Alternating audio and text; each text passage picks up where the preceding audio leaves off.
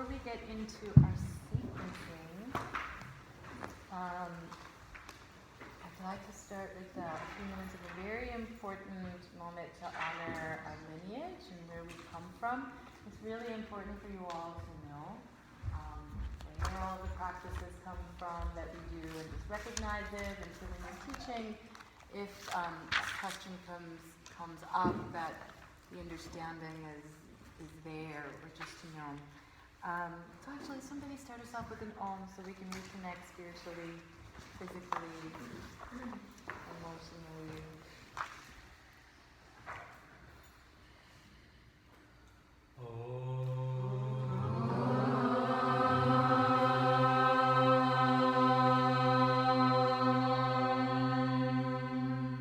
Somebody else throw one out.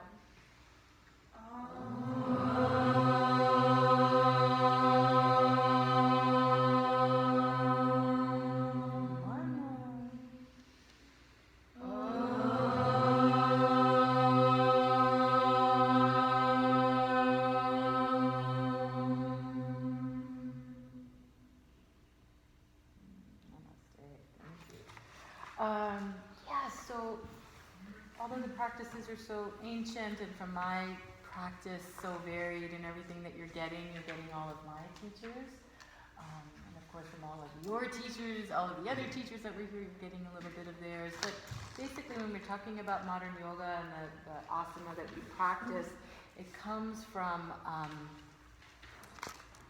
Krishnamacharya, right? So that name is really important for you all to know. Krishnamacharya, you probably read a little bit about him in Heart of Yoga because he's Desikachar's father, right? He was also the teacher to Iyengar, B.K.S. Iyengar, one of America's, or the West's leading kind of grandfathers of yoga. And then also Pattabhi Jois, who's another, as far as modern yoga goes, in the Ashtanga tradition, the innovator of that practice. Right? It's called Ashtanga Vinyasa. So Vinyasa practice that we all do here at Laughing Lotus comes from this lineage because Krishnamacharya was the innovator of it. And that's the practice of what? And what is Vinyasa? Breath and movement. Yes. And so the combining of breath with movement. So sometimes they're just doing static, of just doing asana and then breathing practices and meditation later. Vinyasa practice is a merging of vinyasa, of breath with movement, and also vinyasa is intention, right? So does anybody remember what vinyasa means?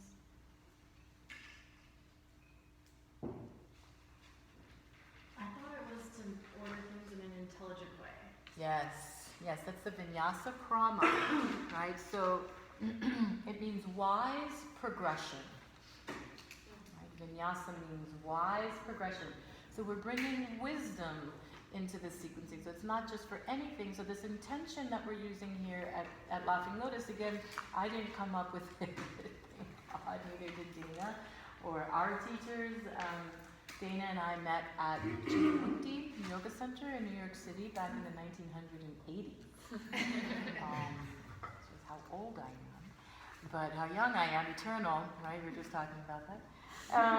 It was really, really, really, the 80s were the 80s. And in the Lower East Side, they were even more of the 80s.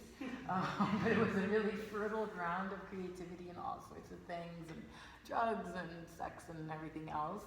And so awesome that this spiritual roots begin to take place there. And Sharon and David were like us. They were artists and just party animals, and they're young, and they got turned on to the spiritual practice and started teaching it in the Lower East Side of Manhattan.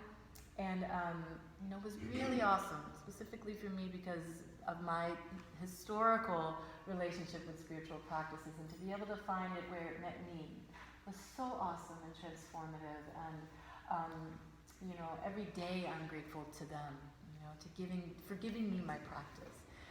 Dana and I took it and evolved it into our branch, and different teachers from that school, from where we came from, have all taken it there. But when we talk about, I was practicing Ashtanga back then and Iyengar, and so to know that it all kind of comes back from here is what's really important. But basically, all vinyasa classes that you go to now, vinyasa flow that it's called, has its roots here, because through Iyengar you become aware of blocks and straps. He was the innovator of all the props that we use, blankets. Actually, the yoga mats were developed by Angela Farmer, who's one of my favorite teachers as well. Yeah, so attention to alignment and detail is Iyengar, and then Pattabhi Jois's wild process of, acrobatics and this alive yoga practice that moves, that's dance, that lifts, that's empowering. Power yoga comes from Ashtanga yoga, but they were both his students. Now, how could two such incredibly different practices have one teacher, right? Because his philosophy was based on teaching yoga to the individual, and that the teacher begins to take the practice and make it their own, and that the practice meets you where you are, right? So Iyengar was very sick. He was near death, actually, when he was born and when he was really young. And so yoga met him in this way, to where it was going to be a healing practice. So why we have so many props? Because he literally was very, very sick, and then healed himself from all of his diseases through yoga, and then was, made it his mission to bring yoga to absolutely everyone, specifically people in the West who weren't that much in their bodies. Pattabhi Jois was a teenager, and a teenage male, which in India has its own very special, it's a karma, right? But it was meant to be designed for teenage boys. That's why it's so dynamic. That's why it's pretty challenging. But it was meant to really use their virility and to be able to channel it, because they were brahmacharians, right? So that means that you're starting to, as teenage boys, we all have the teenage boy inside of us, to be able to channel our sexual energy and be able to direct it that way. So that's why that one is so dynamic as its discipline, and so acrobatic.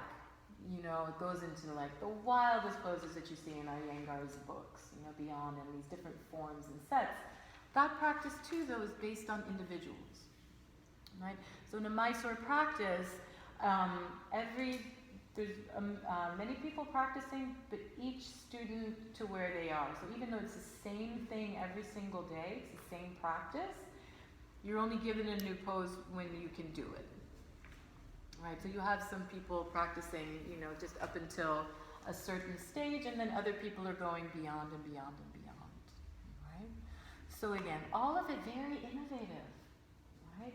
And really, why we say here, move like yourself, begin again, we're trying to bring these practices alive again, to where they came to the States and then became codified, everybody practicing in the same way, everybody looking the same way, everybody having to do the same thing, right? And how we've taken this philosophy at Laughing Lotus, and of course through me and Dana's lens, making it our own. But the philosophy is rooted back in the same place. I just want to make sure that I share that with you all as you're beginning to take these teachings and share them in your own way. It could be a lotus flow, absolutely, or it can look like anything that these 14 weeks have come through you the way that they do, and for you to be able to share it. So I'm just going to read a little bit so that you know a little bit about it. In this book, unfortunately, is out of print, but if there's some way you can access it, it's called Health, Healing, and Beyond, Yoga and the Living Tradition of Krishnamacharya. Right? So there was a couple of those articles that you read that I put in your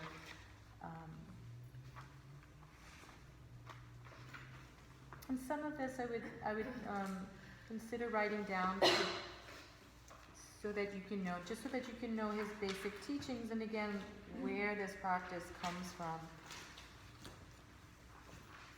It says that Krishnamacharya's knowledge was legendary. It included languages, scripture, theological commentaries, astrology, literature, rhetoric, logic, law, medicine, Vedic chanting, ritual, meditation, music, and much more. Right?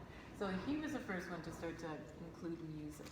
Right? So as a teacher, again, we can think that it's really contemporary, but to know that it's plugged into how important music is to practice. It's not something that we just came up with, or that contemporary yoga comes up with. Maybe the style of music is more contemporary, but how important Ayurveda is, and what we teach here, and our practice is really rooted in that. Music, philosophy, of course, ritual, that we really love to bring it alive. The knowledge of Krishnamacharya, I should add, might seem not only arcane.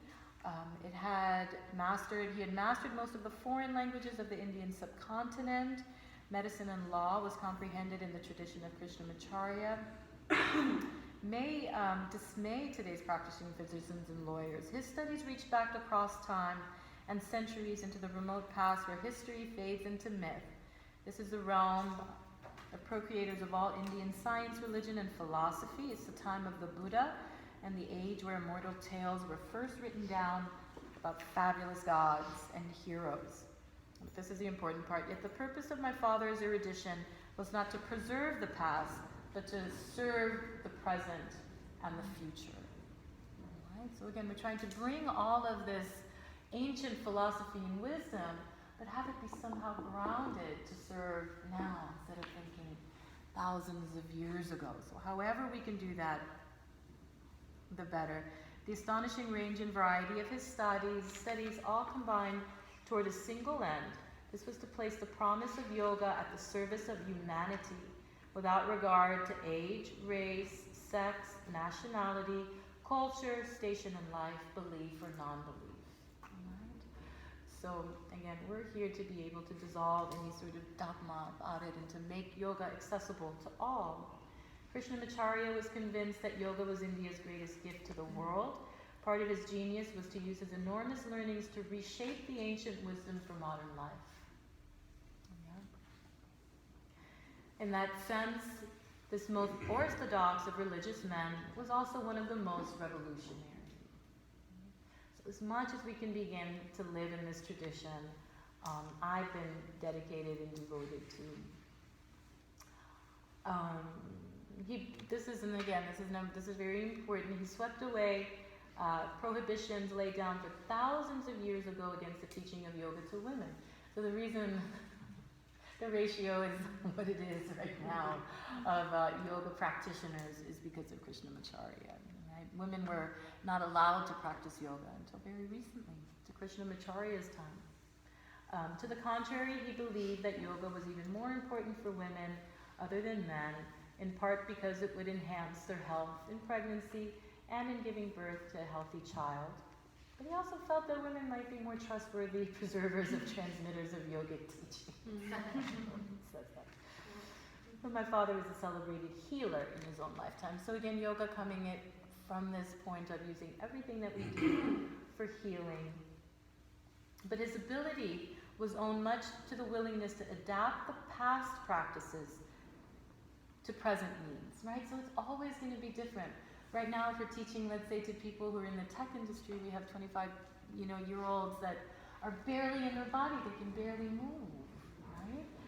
So with everything, like, I worked in the tech industry, and it was so intense, and it was so beautiful, right? About how can I take, especially at the time I was teaching, was like, my practice was something, and then how I could be able to share the practice with people that had such little ability. But again, it's to be able to adapt, like we were talking about. He further proved the value of yoga in sustaining a lucid, balanced mind in our distracting and stressful and difficult societies.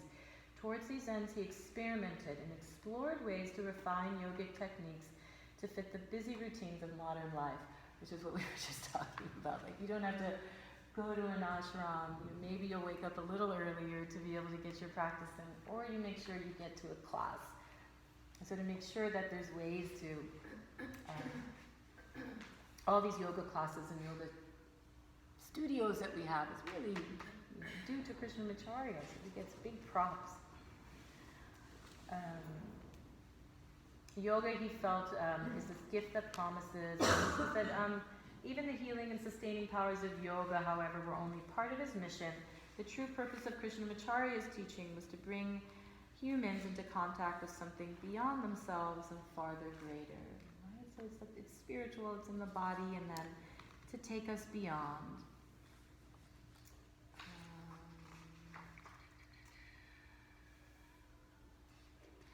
Said that he respected and perhaps even more importantly accepted that each individual is absolutely unique. Every man, woman is unlike any who would have ever lived or died in the past and who will ever be born in the future. Moreover, each individual not only has unique identity by birth, family, upbringing, and culture, but also changes uniquely at every moment of his existence.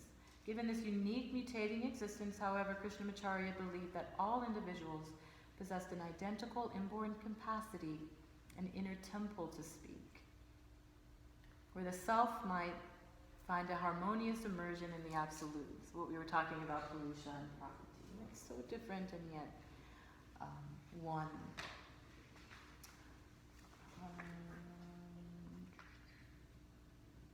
My father's teaching first and foremost was based on the truth that each student must be taught according to his or her individual capacity at any given time. Each progresses in different ways and at different rhythms, and each step is to be experienced for what the Bhagavad Gita shows it to be, an episode in the greatest of all adventures, the eternal quest to discover and fulfill individual destiny. Each person will have a different starting point.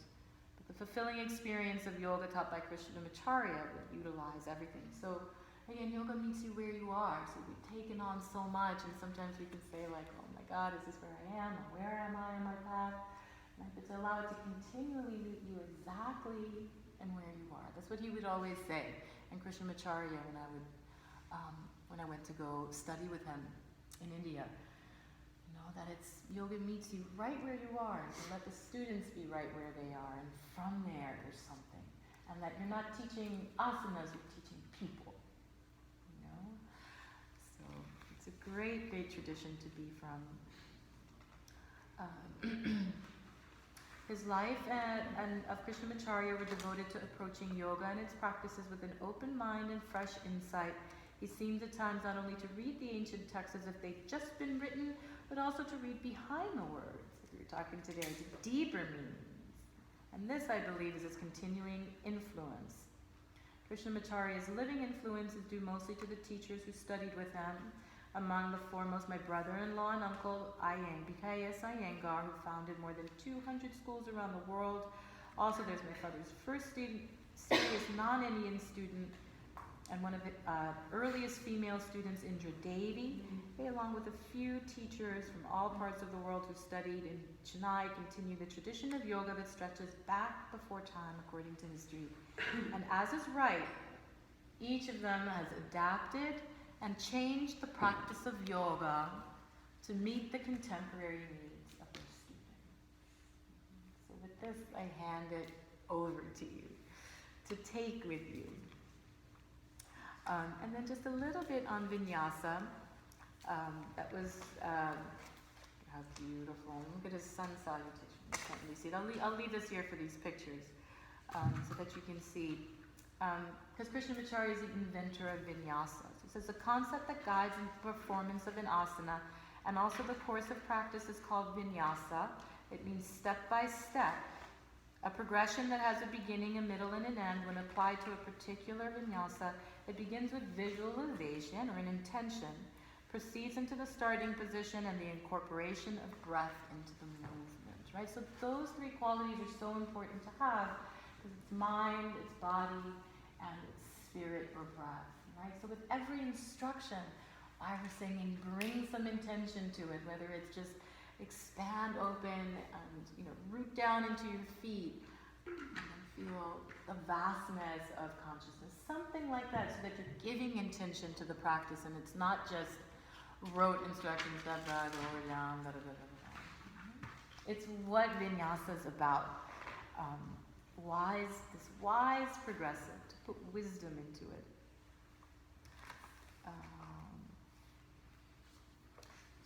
So it says, the asanas performed with concentration on the flow and movement and smoothness of inhalation, exhalation, and then that retention, or kumbhaka. So at times we draw in and we hold, right, towards the prescribed completion. Each step is a preparation for the next. So whenever you're thinking about doing an asana, it's about what is it going to prepare me to do next? And this is where the chakra system comes in, right? And where lotus flow came out of, right? Because each chakra prepares us to do what's next. And then that one is really preparing us to do this next one. So as we do these revolved standing poses, it's preparing us to do inversions. The inversions are preparing us to do back bends because they open our hearts, right? It's so that each thing we're doing is preparing us, of course, for samadhi, which is what we're going to experience, which we experience in Shavasana. Each posture is part of a flow or exercise. Building in a posture at the height of the program, so it starts beginning, bless you. So it's building towards the height of a class, right? So that's your Maha pose. Remember we talked about that, right? So you can use any asana and you're choreographing it and you're sequencing to get you somewhere. It's not just for any reason. There's a million asanas you learn. But you're choosing each one specifically to get you somewhere. So when you're thinking about it, it's like, where do I want to go? And then it's kind of working backwards from a pose in a way. And it's also that you're creating this great path towards something. So if I'm wanting to do something like, a flying crow or something, I'm going to say like, well, what do I need from that? I need to open my hips, I need to find a lift in my belly, I need to find strength in my arms, and then that's going to be able to take me eventually to that. This is all part of the system that we're from. And then a progression toward an ending. So let's say I wouldn't just leave people in a flying crow. We'd bring them back down. And vinyasa, Krishnamacharya believes, is the richest concept to emerge from yoga for the successful conduct of our actions and relationships.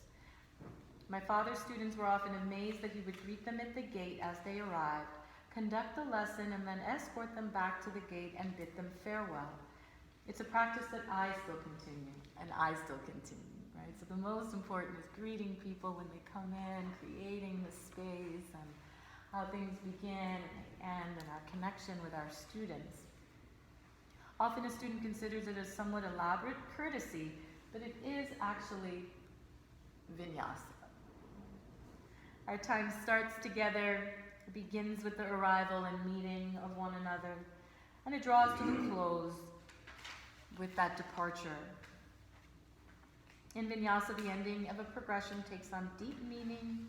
The asana must be close to do what we do next. So that's when we were talking about Shavasana. If I'm going to have an active day, I want that to be what's going to influence the day. But if I'm going towards sleep,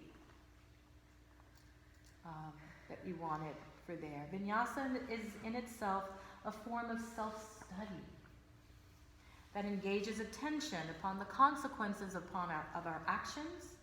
When we devote all of our concentration, energy, and time to a special work project, we must know how to bring it to a close and then resume the normal rhythms of work and family life, right? So we take this and then how it can begin to color the rest of our day. Right? So any questions on that as far as vinyasa, where it comes from, where lotus flow comes from? Right? Do you feel the connection from these great roots? You may have said this and I missed it. When did he live? Let's see, the specific date, I know he was a Scorpio. I think it's November 8th, 18,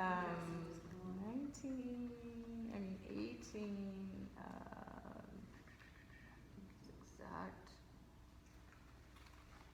Like turn of the century time? Yes, Okay. like 1888 The documentary on him was when he was born. It's Breath of the Gods, I think is called. Oh, Yeah. That's right. Yeah. What is Yeah. it? There's a document. The gods. Oh. It's really good. It doesn't say his birthday, but yes, something like that. I think it's 1888 he was born. His birthday's in here somewhere. I have it on my calendar for Guru Purnima. Guru Purnima is the day that you honor your gurus. I'll get that to you. But yeah, I think it's 1888 that he was born. And then the few things, again, coming from this tradition of how we teach here that makes it very different. Did you have a question? Yeah, but I can wait till you finish. What were you going to talk? I was gonna ask, so like looking at Vinyasa yoga and Hatha yoga, Yes. what is the distinction there? Or how does Well, that fit in? vinyasa is flowing, right? So that's why it's got the term, yoga flow, because it's one movement guided by the rhythm of the breath. Hatha is more static. So you're in triangle for 5 breaths, and then you move on, and then you do triangle on the other side, and then you may come up to stand, and then you may do shavasana in the middle, right? So another lineage I come from is integral yoga. Integral yoga is right up the block. That's why we use Satchidananda for the Gita and for the sutras as far as his transliteration. And that's really that's Hatha yoga. Okay. Yeah. So that you're using, and again, what does Hatha yoga mean? This is really important because we're doing Hatha yoga anyway. But just these definitions and terms, Hatha yoga is more stationary and Vinyasa is more flowing. But Hatha, sun and moon, right? So we're doing Hatha Vinyasa is generally what it's termed, because it's still to be able to use the body and the breath and the mind and bring them together. So sun and moon, or any sort of dissolving duality, right? We're talking about. So on teaching, he says, a teacher of yoga should live a life of yoga. To practice what is taught, there can be considerable confusion about this. To begin with, to live a life of yoga is about continuous practice and self-study. This is not a question of style. Like all individuals, teachers of yoga will all exhibit every conceivable kind of personality, temperament, and human problems. Phew. They experience failed marriages, personal suffering, and stress along with everybody else. They do not at all go around in Indian dress, or despite what Europeans in particular seem to think, are they always calm and serene. Phew. So we want to be human as teachers, family. It's not to come and pretend something else, or that we figured something out. It's to meet people on the path, as yogis and yoginis, but of course having crafted this art of yoga, being able to guide people. Because sometimes we think I'm not ready to teach, I'm such a mess. But that's the whole point, right? To continue to serve, with our lives. They're always going to be full of stress, and you can still teach it. And you must. I've often been asked, aren't yoga teachers supposed to be free of emotions? My response is simply, take a look at my family with a wife and 3 children, including 2 teenagers. I assure you their house is filled with all the emotional joys and storms of any other household. A good teacher of yoga is not necessarily someone who can perform all manner of complicated asanas. Double few. Right? In fact, some of the best teachers I know can't even sit cross-legged for a long time. Just kind of relax around that one comfortably. So again, you're not getting out of teaching any one of you. Nobody has an excuse. My life is a mess. I can't do this asana. Every one of you is going to teach. To live a life of yoga, to repeat, is about faith that continually guides the teacher toward practice, leading to the harmony of mind, body, and spirit. Finally, this is by far the most important. The teacher must care more about the student than themselves. This is a matter of the heart, not the intellect. I know a lot of individuals with brilliant minds and enormous knowledge of yoga, but they don't want to teach. And this is not, they're well-meaning, and they have a lot to contribute, for example, in research or in publication. So there's always some way, if you do realize it. It's not to teach in this way, but we always have something to contribute and give back. We're each unique, which means that the caring so necessary for the teacher will not be the same for everyone. For the teacher, the only student matters, and the student is never wrong. I will always know when there's trouble with teachers, it's when they start complaining about their student. And so the qualities we seek in a teacher are a life dedicated, a life devoted to practice, evidence that he or she is ever the student of yoga, a nature that is always truthful, a commitment to the student's own awareness and possibilities, each to their own terms, but caring. Above all, caring. When people arrive at the mandiram and ask us, "Can you help me?" the only response I can ever make is, "I can care." Just as we're doing all of this self-care or learning that, the only thing that we do as teachers is that this great love, is this great affection and caring for who's in the room, gentleness and kindness. So any questions about this, about lineage, about who he was, about why the practice comes from here? Any questions about Laughing Lotus Yoga? Lotus Flow, you've been living in it, you've been breathing in it, right? Breakfast, lunch, and dinner. I have one question. It's kind of jumping around, but I've been wanting to ask because I noticed that the classes here, you guys never really start off like other classes I've taken. They start off like, "Hey, like, is there any pose that anybody wants to practice today?" Or like, "Is there anything that you guys want to work on today?" Or tightness or whatever. And people are kind of like hips, or they like say whatever. Or sometimes they say nothing. And that kind of came to me the other day. I was like, I wonder why that never happens here. Because you guys also do a Dharma talk, which I don't see at other places. So I just thought I'd ask you about that. Yeah, so let's say if you were doing a 6 chakra class, that might be a great way to start with. Like intuitively, what would you want to practice today? How do you want to practice?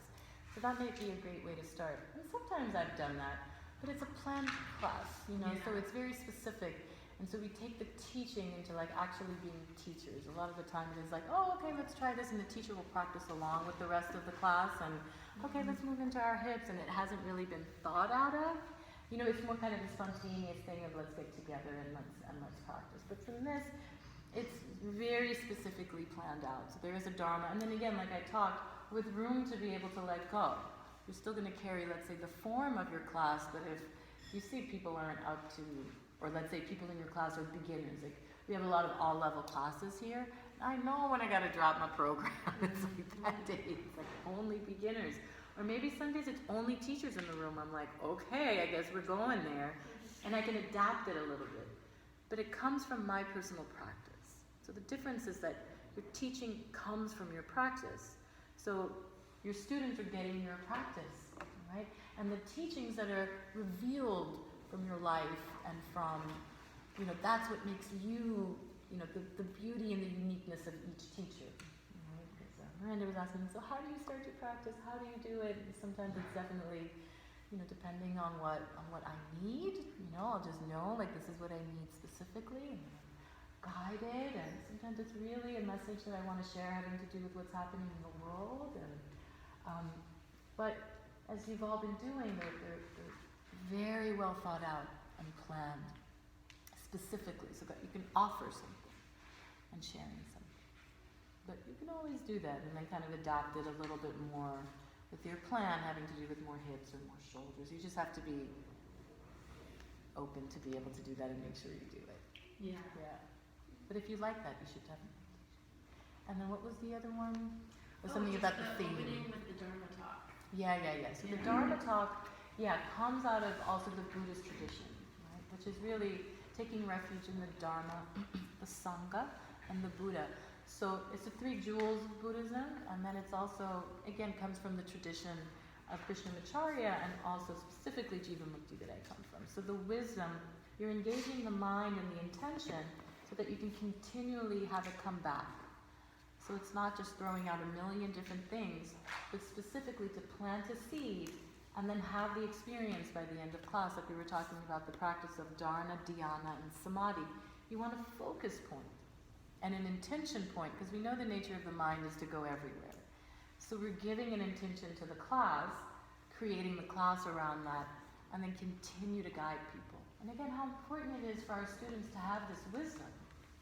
So it's not just like come into Downward Dog, have an experience, and go. You're going to feel great, and that can help the world, absolutely. We just feel better. Maybe we won't yell at the people in our lives as much. you know, and that's awesome if that can be the result. But it's to give people these teachings, right? Something they can take with them and to educate them, right? And just one subtle part of it of what prana is, right? Because it's all meant to dissolve what? Ignorance, right? The wisdom is there to wake us up, right, to who we are. So it's all based on yoga philosophy and keeping it alive. And so that's what we have to do.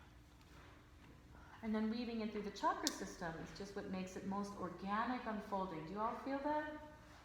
As far as the sequencing, right? After a class, you feel like it naturally progressed from one thing to the next. Sometimes you even get into a pose you didn't think was possible. And it's not like, it's always the same system, right? So practices come from systems. So we keep the system or the skeleton the same as far as the chakra system. And as a community, we bow to it. It's our guru, right? The chakra system. And there's no veering from it. But within that, there's so much room for creativity. As you've gone to your classes throughout the past few months, you've seen every teacher super different with their own unique flair. And you've also seen no two classes are 100% the same, you know? But it's all based on this structure and this form so that it's not just all over the place and do whatever you want. It stays connected to the skeletal system, right? And what's going to be most healthy for each individual and for ourselves as a practice. Right? So that's why it's this moving through all different aspects, and we really felt it was important that all these different qualities were really awoken in a practice, to have an integrated practice instead of it just be, let's say, a power yoga class, or just be a yin class towards the end doing restoratives, but that express the entire being, you know, that we all can awaken our presence and mindfulness, as well as our sensuality and water energy, our yang energy, so that complete. Okay, all right. So